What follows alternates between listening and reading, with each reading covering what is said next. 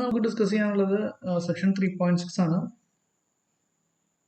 Section 3.6 the average order of the divisor functions.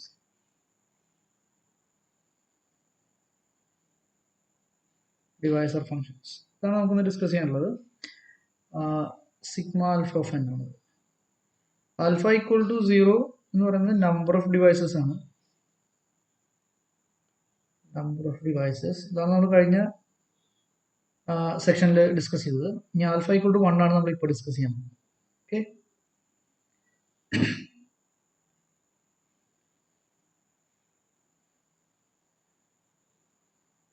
Theorem state ചെയ്യുന്നത് എങ്ങനെയാണ്? Theorem 3.4 for all x greater than or equal to 1 we have partial sum sigma n less than or equal to x sigma 1 of n equal to seat of 2 by 2 x square plus o of x log. Okay, ഇതാണ് നമുക്ക് prove ചെയ്തെടുക്കേണ്ടത്. This is the partial sum of sigma 1 of n. Using this partial sum we can find the average order. Average order of sigma 1 is average order of sigma 1 is pi square n by 12. This is what we have to prove. Yeah. So we start with two references. We need to know one of the important references. O and sigma can be interchanged. If O of d less than or equal to x, f of d is equal to sigma d less than or equal to x, O of, okay, this is one of the references. And the second one is if you have a positive function g, then g of x into O of f of x equal to O of g of x into the important. So you need to prove these two references. These are very simple references. You need to prove that. So I'll give it as an exercise. Then if we assume these references, we can start with the LHS sigma n less than or equal to x sigma 1 of n, that is summation n less than or equal to x summation q divides n q.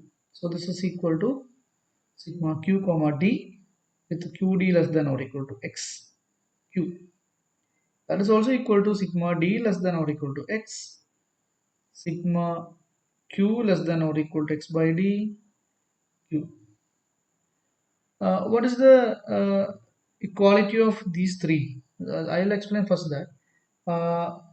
So this is nothing but if for example we take x equal to some 6.5, then what is the first sum?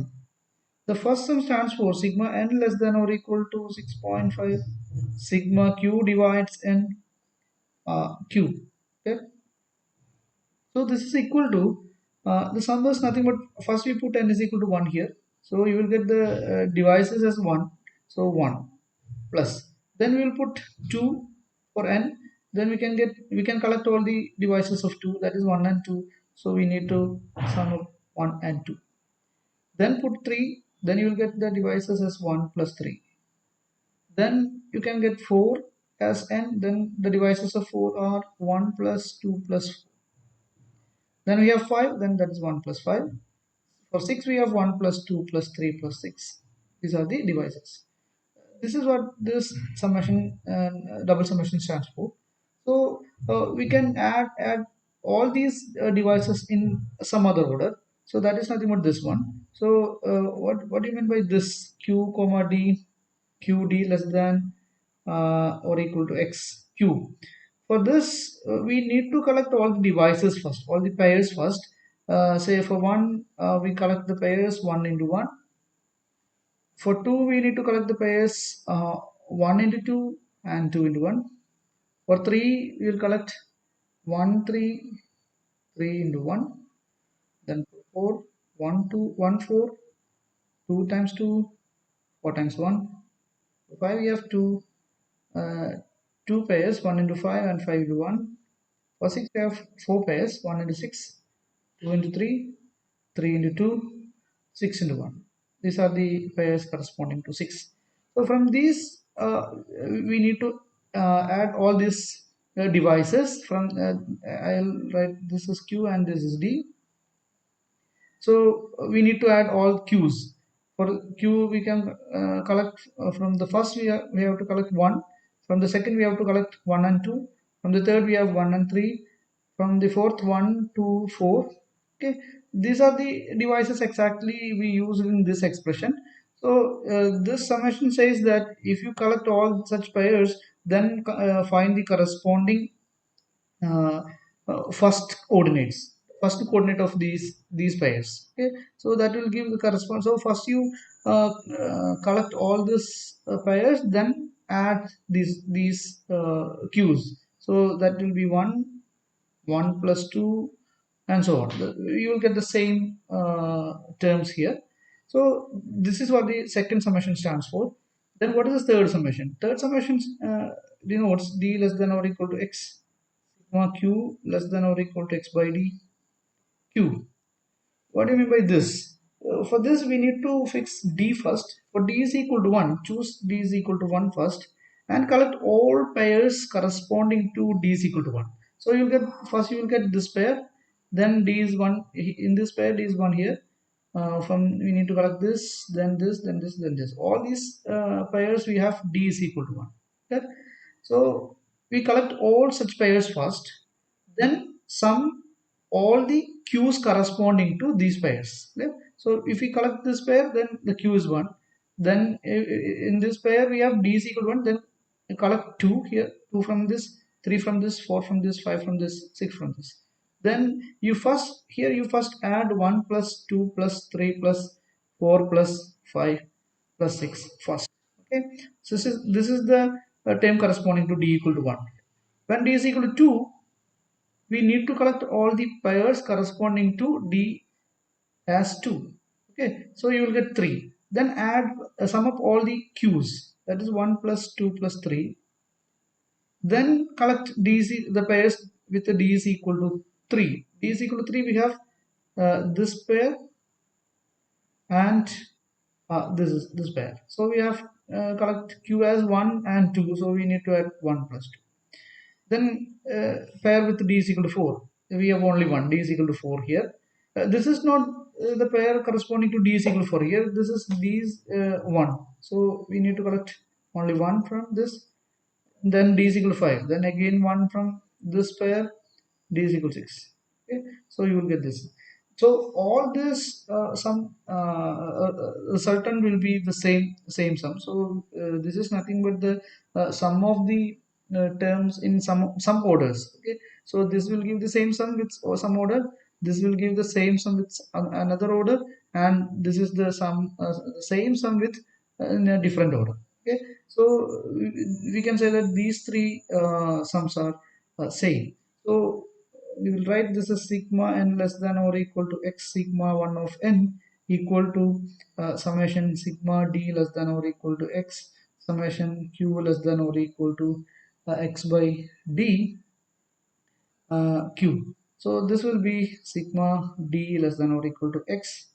We'll substitute this as sigma n less than or equal to x n raised to 1. So this is already discussed in the fourth part of the application of Euler summation formula.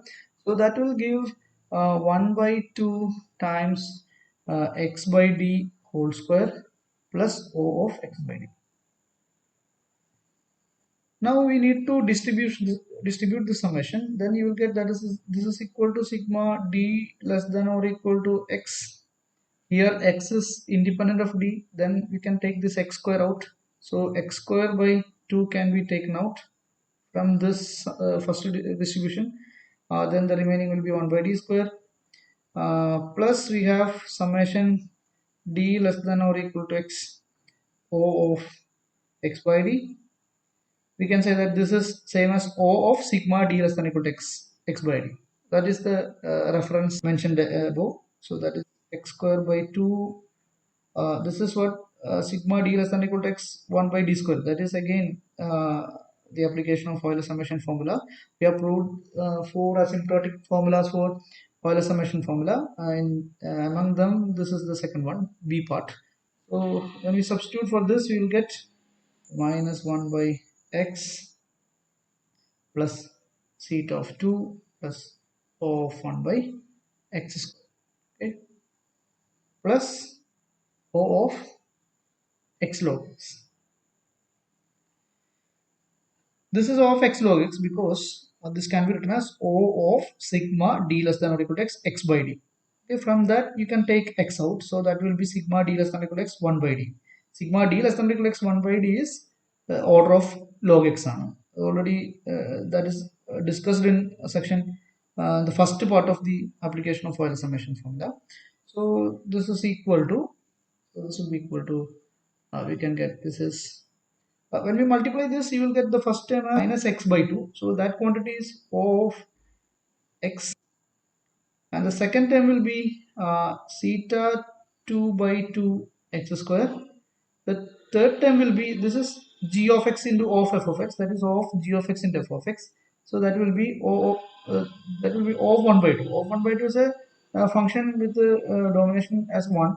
So that is O of 1 plus O of x log x. So that is equal to theta of 2 by 2 x square plus the remaining are O of x, O of 1, O of x log x. Among these three, x log x dominates all those. Okay, so you can write this as x O of x log x. So we can get the partial sum as theta of 2 by 2 x square plus O of x log x. Now take, this is the partial sum, then we take the average. Average is obtained by dividing this by x. When we divide this by x, you will get this as theta of 2 by 2 x plus O of x log x by x. So we can cancel that x, then that will be O of log x. If we neglect that error term, we can say that theta of 2 by 2 into x is the average order. Okay, that is theta of 2 by 2 into n. If we say in terms of n, you can say that theta of 2 by 2 into n is the average order of the sigma 1 of n. Okay. Then by putting the value of theta of 2, what is the value of theta of 2? Theta of 2 is nothing but pi square by 6. Okay, so if you replace this by pi square by 6, then you will get pi square by 12 n will be the average order.